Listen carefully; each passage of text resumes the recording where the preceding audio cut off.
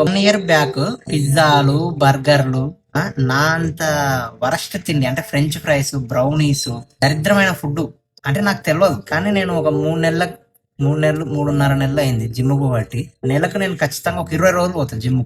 నెల మొత్తం పోతాను కూడా అబద్ధం చెప్పవలసిన అవసరం లేదు. ఎందుకు ఇవన్నీ మాకు చెప్తుండు సొల్లు అని అనుకోవచ్చు. బట్ కొంతమంది ఖచ్చితంగా నన్ను చూసి అనుకుంటారు మేము కూడా పోవాలి, నా ఆరోగ్యం మీద శ్రద్ధ పెట్టాలి అని. వాళ్ళ కోసం మాత్రమే పెడతాం. ఓకే, నా తిండి ఎంత చేంజ్ అయింది తెలుసా జిమ్ పోయినాక.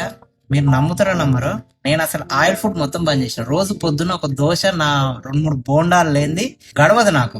అట్లాంటిది ఇప్పుడు ఆయిల్ ఫుడ్ మొత్తం బంద్ చేసిన. ఇది ఏదో నేను కావాలని ఏదో శబదం బట్టి తీసుకోలేదు. జిమ్ పోతున్నప్పుడు నాకు ఆటోమేటిక్ గా ఆ ధ్యాస దాని మీద తగ్గుతుంది, స్ట్రెస్ తగ్గుతుంది, మానసికంగా కొంచెం నిద్ర మంచిగా పడుతుంది. ఇవన్నీ కూడా అవుతున్నాయి.